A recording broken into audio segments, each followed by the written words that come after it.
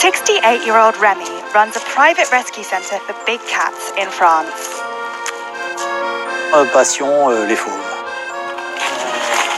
Bonjour ma fille. Tanga. Tanga. Bonjour ma fille. Bonjour ma belle. Bonjour ma belle. N'aie pas peur. N'aie pas peur. Alors j'ai créé ce parc animalier privé il y a 27 ans maintenant.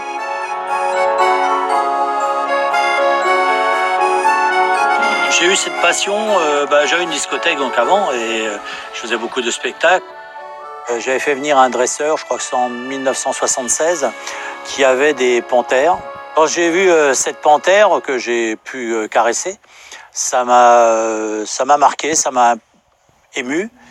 Il s'est passé quelque chose, quoi, un déclic. Et c'est ce jour-là que j'ai eu vraiment l'envie d'en posséder et de mieux les comprendre et pourquoi pas les sauver de la disparition, quoi.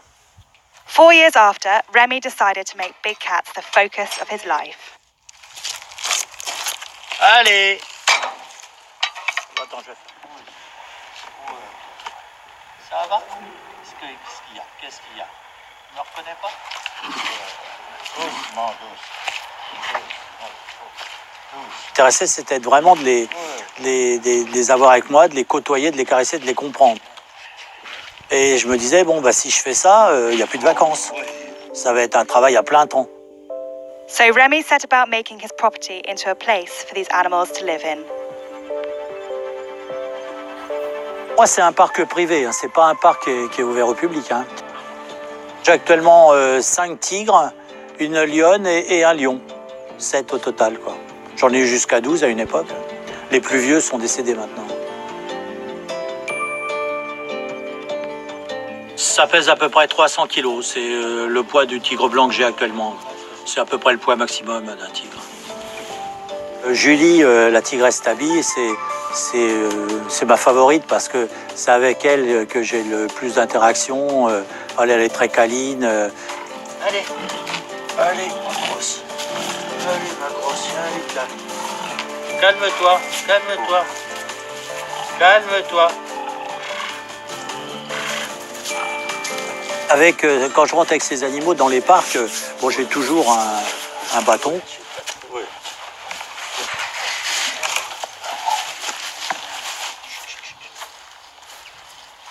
Non, non, non, non.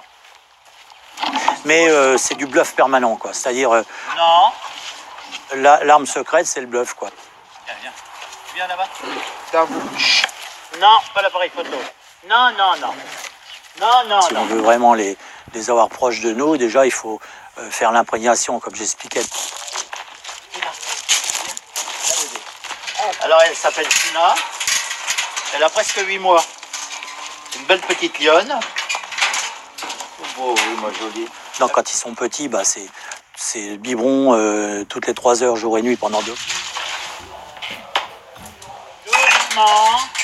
Pose-toi. Pose-toi. Non, non, non. Viens là, viens là. Viens là, viens. Bon, Oh, oui, c'est bon ça. Oh, c'est bon ça, mon bébé. Oh, c'est bon ça. Oh, c'est bon. C'est bon ça. Oh, c'est bon ça. alors, je suis tout seul à m'occuper de mes animaux. Hein. J'ai personne qui m'aide déjà.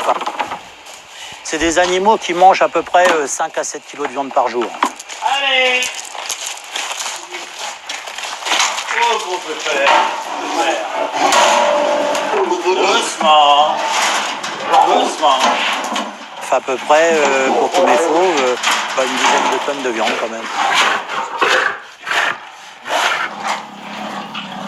Parce qu'il y a beaucoup de gens qui voudraient m'aider. Hein. Mais comme c'est quand même très dangereux, j'aurais peur qu'il arrive un accident, un problème.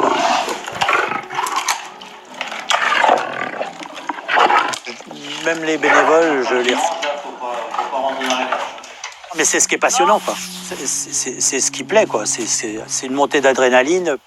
Non. Il faut connaître leur psychologie, vraiment les connaître pratiquement par cœur.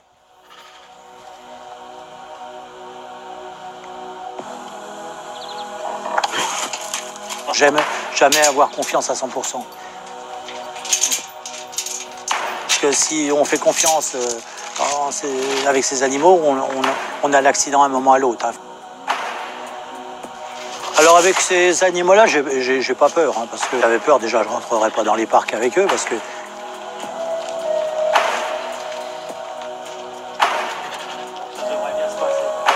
c'est un privilège d'être à côté d'eux, hein, de pouvoir les côtoyer et qu'ils nous acceptent surtout.